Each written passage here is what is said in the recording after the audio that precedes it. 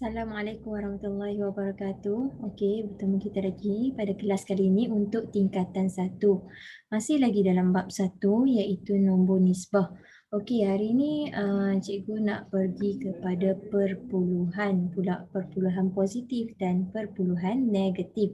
Sebab sebelum ni, video yang sebelum ni cikgu dah terangkan apa itu perpuluhan positif, apa itu perpuluhan negatif dan macam mana kita nak susun dalam satu garis nombor dan juga macam mana kita nak susun mengikut tertib menaik dan juga menurun. Okey, untuk hari ini cikgu nak sambung pula kepada bagaimana kita nak buat pengiraan melibatkan gabungan operasi bagi perpuluhan positif dan juga perpuluhan negatif. Okey, jadi bila kita sebut tentang gabungan operasi, mesti kita ingat gabungan operasi ni dia melibatkan kurungan, melibatkan darab, bahagi, tambah dan juga tolak. Jadi kamu kena ingatlah susunan yang perlu diselesaikan dulu apabila satu ayat matematik tu dia mempunyai pelbagai operasi. Okey.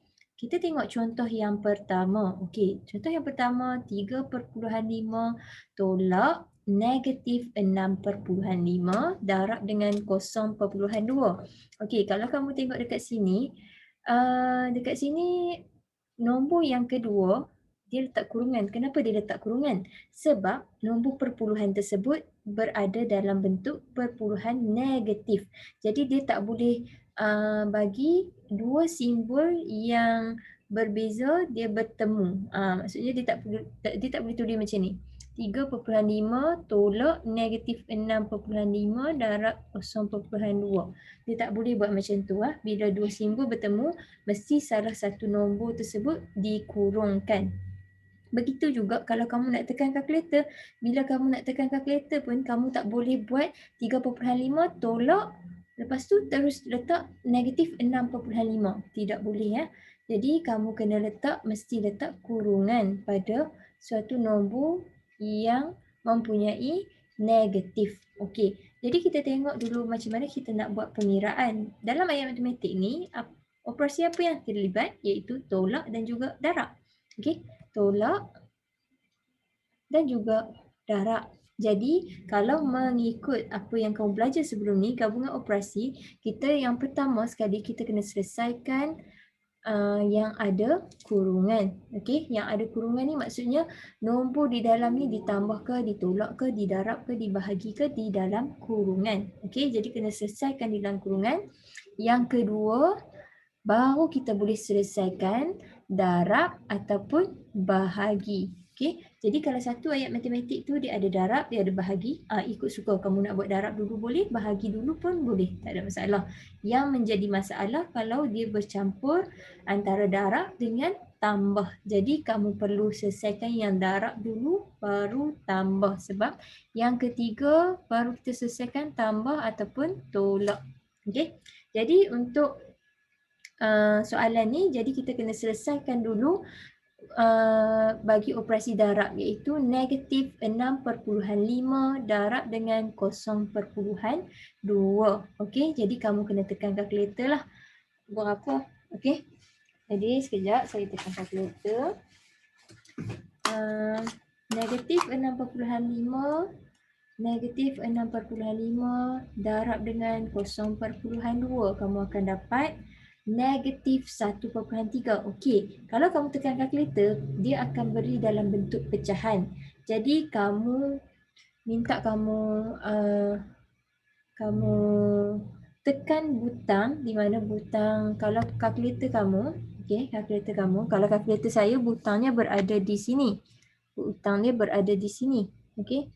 Tapi kalau ada kalkulator yang versi lama, butang dia mungkin dekat sebelah sini. Okey. Jadi kamu tengoklah butang yang ada SD. Okey, ini butang ni untuk kita ubah perpuluhan ataupun pecahan. Okey, butang ni SD. SD. Okey. Ikut kalkulator. Kalkulator lain mungkin ada di butang tepi ni. Okey, untuk kalkulator yang macam ni, Casio FX 570EX, butangnya di sini. Okey, tapi butang ni sama juga. Kamu kena cari SD. SD ni maksudnya dia tukarkan daripada perpuluhan kepada pecahan, pecahan kepada perpuluhan.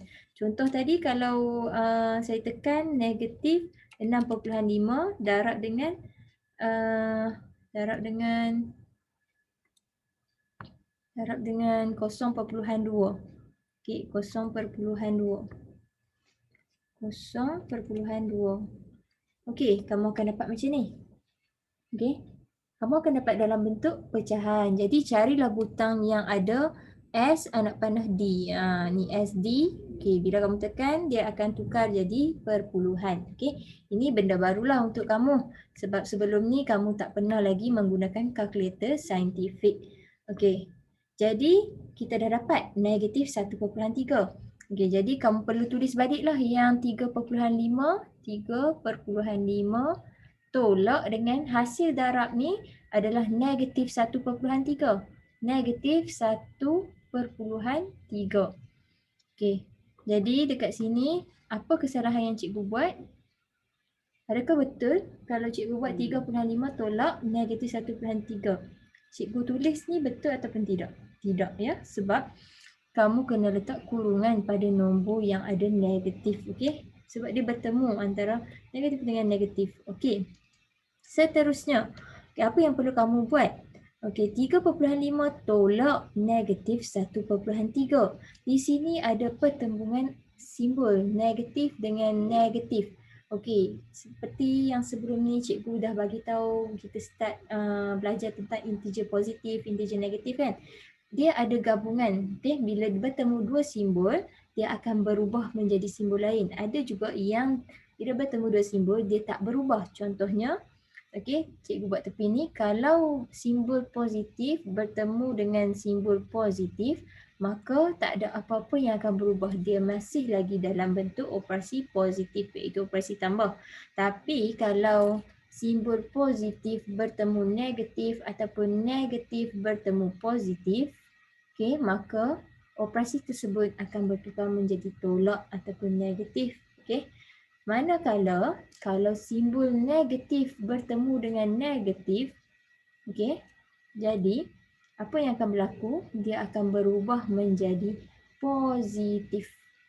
Jadi kamu kena ingatlah, yang akan menjadi positif adalah apabila dua simbol yang sama bertemu. Kalau dua simbol yang berbeza bertemu, dia akan menjadi negatif. Okay? Jadi dekat sini, kes dekat sini negatif bertemu dengan negatif, maka dia akan jadi positif. Okay, jadi kamu kena tulis balik dengan 3.5 tambah 1.3. Okey, jadi tekanlah kalkulator, kamu akan dapat 4.8. Okey, cikgu harap kamu fahamlah, benda ni tak susah. Cuma kita perlu tahu basic untuk menyelesaikan masalah. Okey, jadi kita tengok pula contoh yang kedua. Okey, contoh yang kedua, dia ada dua kurungan dekat sini. Okey, kurungan yang pertama adalah 7.23 tambah dengan 2.77. Tutup kurungan, bahagi. Okey, bahagi dengan apa? Negatif 0.8. Okey, kurungan yang kedua ni kenapa dia dikurungkan? Sebab dia adalah dalam nilai negatif. Kan cikgu bagi tahu, bila nilai negatif dia akan bertembung dengan operasi di hadapan dia, maka nilai negatif tersebut perlu dikurungkan. Kalau kamu tekan kalkulator pun mesti dikurungkan nombor yang ada nilai negatif. Okey. Jadi dekat sini apa yang perlu kita selesaikan dulu, walaupun dalam operasi ni, dalam ayat matematik ni dia ada kurungan, dia ada tambah, dia ada bahagi. Okey, walaupun 7.23 tambah dengan 2.77. Okey, jadi kita kena selesaikan dulu yang tu. Sebab apa? Sebab dia ada kurungan. Kurungan ni mesti diselesaikan dulu. Okey, lepas tu baru kita selesaikan bahagi. Jadi kita selesaikan dulu yang ada di dalam kurungan. Kan cikgu bagi tahu dah, yang pertama mesti selesaikan yang ada kurungan. Okey, jadi 7.23 tolak 2.77. 7.23 tolak 2.77. Okey, sorry tolak pula. Tambah 2.77. Okey. Jadi kamu akan dapat 10. Jadi bila dah dapat jawapan, tak perlu dah letak kurungan. Melainkan dia dalam nilai negatif. Okey, jadi kamu akan dapat dekat sini jawapan dia 10 bahagi dengan, ini masih lagi dalam kurungan lah sebab dia dalam nilai negatif. Okey, jadi kamu tekan saja kalkulator. Okey, 10 bahagi dengan, okey, kurungan dekat mana? Okey, kurungan dekat mana dalam kalkulator? Okey, cikgu share sikit. Kurungan. Okey, cikgu dah tulis 10 bahagi, okey. Kurungan kamu nampak tak yang bentuk ni? Ini buka kurungan, yang ni tutup kurungan. Okey. Jadi okey, buka kurungan dulu. Kamu buka dulu Yang pertama buka kurungan.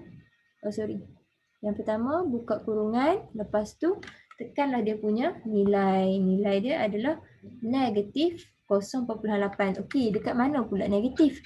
Negatif ni yang ada dalam ni, kurungan ni. Dalam kurungan ada tolak ni. Ini adalah simbol bagi negatif. Okey, sama ada kamu nak tekan yang ni ataupun kamu nak tekan tolak pun boleh, tak ada masalah. Okey, jadi cikgu tekan ni lah butang kurungan tolak ni. Okey, negatif 0.8. Lepas tu tutup kurungan. Tutup kurungan yang ni lah. Okey, tutup kurungan. Jadi kita tekan jawapannya. Okey, dia akan jadi dalam bentuk pecahan. Okey, dia akan jadi dalam bentuk pecahan. Maka apa perlu kamu buat? Tukarkan kepada perpuluhan. Tukar pada perpuluhan, cari butang SD. Okey, SD. Jadi dia akan tukar kepada perpuluhan. Jadi dekat sini kita akan dapat negatif 12.5. Okey. Jadi jawapan dia adalah negatif 12.5. Okey, seterusnya. Contoh yang ketiga. Okey, contoh yang ketiga ni negatif 3.7 tambah 4.25 tambah 2.85 darab dengan 0.3. Ada 3 benda yang perlu kamu tengok. Yang pertama operasi tambah, yang kedua ada kurungan, di dalam kurungan tu ada operasi tambah. Lepas tu yang ketiga ada darab. Okey, tadi cikgu bagi tahu, okey, setiap nombor yang ada negatif perlu dikurungkan. Kenapa negatif 3.7 tak dikurungkan? Sebab dia berada di hadapan. Di mana di depan tu, tak di depan negatif 3.7 ni, depan ni mana ada apa-apa simbol kan? Jadi dia tak perlu dikurungkan. Dia hanya perlu dikurungkan apabila ada simbol. Selepas simbol nombor negatif, jadi dia kena kurungkan. Okey, jadi dekat sini yang mana yang perlu kita selesaikan dulu? Dia ada tambah, dia ada kurungan, dia ada darab. Jadi yang perlu diselesaikan adalah kurungan. Kurungan ni. Okey, kurungan. Okey, yang ni yang pertama yang perlu kamu selesaikan. Apabila kamu sudah dapat jawapan, maka kamu tulis. Lepas tu yang mana kamu selesaikan? Okey, kita tengok dulu. Kita buat dulu. Okey, kita salin balik negatif. Yang ni kena salin balik lah. Negatif 3.7 tambah. Okey, dalam kurungan selesaikan. Tekan je kalkulator. 4.25 tambah 2.85. Okey, jawapannya adalah 7.1. Jadi dia dalam bentuk positif. Nilai dia dalam bentuk perpuluhan positif. Jadi tak perlu letak kurungan lah dekat dia. Kalau katakanlah dia dapat negatif, kamu kena letak kurungan lah pada nombor tersebut sebab dia duduk bersebelahan dengan operasi. Okey, jadi dalam kurungan dah selesai 7.1. Lepas tu kita salin balik darab 0.3. Okey, sekarang kita dah ada, kita tinggal dua operasi lagi iaitu tambah dan juga darab. Bila tambah dengan darab, semestinya lah kena buat darab dulu. 7.1 darab dengan 0.3. Jadi kamu tekan kalkulator. Di samping itu, kamu kena salin baliklah di depan ni, negatif 3.7 tambah dengan, okey, hasil darab 7.1 darab dengan 0.3. Kamu akan dapat 2.13. Okey, jadi selesaikan. Okey, selesaikan negatif 3.7 tambah dengan 2.13. Jadi kamu akan dapat 1.57. Okey, jadi kamu akan dapat 1.57. Okey, Kita tengok contoh yang terakhir. Okey, contoh yang terakhir ni kamu tengok, kenapa dia pecahan ni? 9.5 tolak dalam kurungan negatif 4.56 per 0.4 tambah dengan negatif 5.12. Okey, ini bukan pecahan. Ini adalah operasi bahagi. Okey, 4.56 bahagi dengan 0.4. Okey, negatif di depan. Negatif 4.56 bahagi dengan 0.4. Jadi kamu jangan terkejutlah bila dia ada soalan macam ni.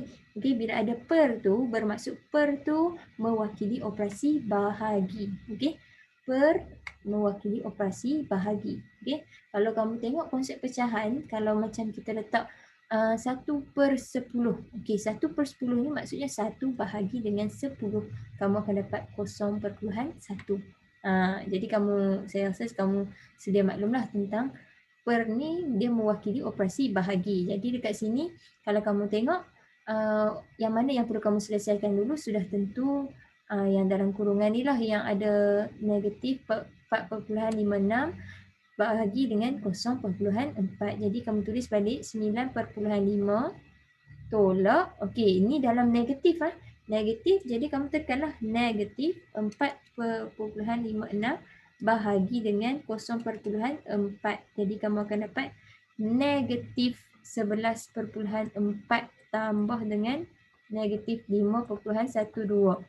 Okey, jadi dekat sini kamu dah selesaikan satu benda, ada dua benda lagi iaitu tolak dan juga tambah. Okay, tolak dan tambah tak kisah kamu nak buat yang mana. Jadi bila tak kisah, kita start daripada depan lah. Kita selesaikan yang depan dulu. Okey, kita selesaikan yang depan dulu. Yang depan ada 9.5 tolak negatif 11.4. Jadi kamu kena tengoklah bertemu simbol ni, bertemu. Okay, negatif dengan negatif, maka dia akan jadi berubah operasi 9.5 tambah dengan 11.4. Okey, dekat sebelah ni pula.